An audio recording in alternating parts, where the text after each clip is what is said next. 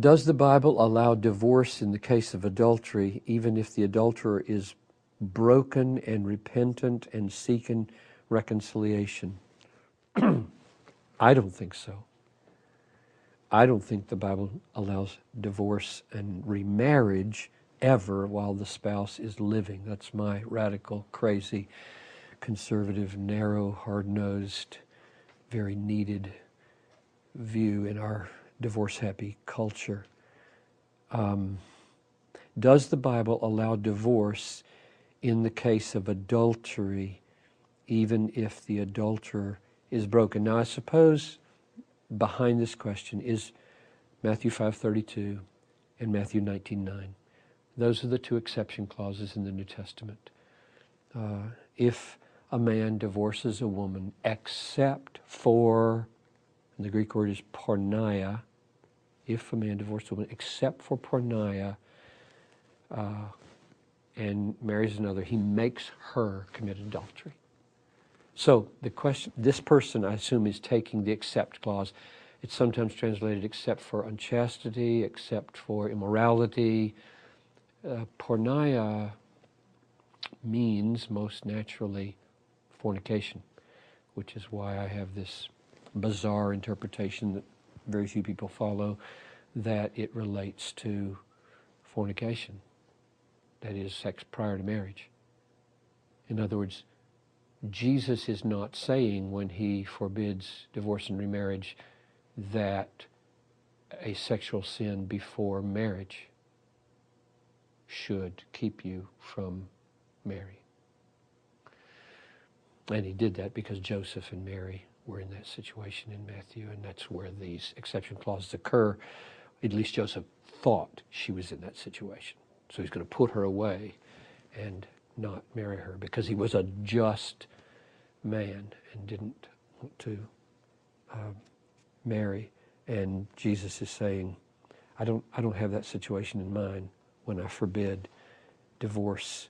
So I don't think there is an exception for adultery in the New Testament, which means that especially if the adulterer were repentant, which is what this question is saying, does the Bible allow divorce in the case of adultery even if the adulterer is broken and repentant? And I suppose my main argument here, just leave aside all the disagreement with what I just said, because most everybody disagrees with me on those. Go to Ephesians 5 and say, husbands, love your wives as Christ loved the church. Well, has the church ever committed adultery? Like daily? So how a Christian husband can say to a penitent adultery committing wife, a penitent, you did it, and that breaks it, and it's over, and so I'm going to officialize it at the court. I don't see how any Christian husband can talk that way, can feel that way toward a broken and repentant. And I think even if she isn't broken and repentant, he should wait and pray and pray. That is a hard teaching. And marriage, throw out a little thing here. I read a book one time by Jeffrey Bromley called God and Marriage, about 120 pages. God and Marriage. And it's just God, the Trinitarian God in the Old Testament and marriage, the Trinitarian God in the New Testament and marriage. And he pointed out something. He said, in the Old Testament, every marriage is a rotten marriage. They're all painful. He just took every patriarch, just so horrible they were. You got polygamy involved. You got Hagar, concubines involved. You got, every marriage you look at in the Old Testament is horrible.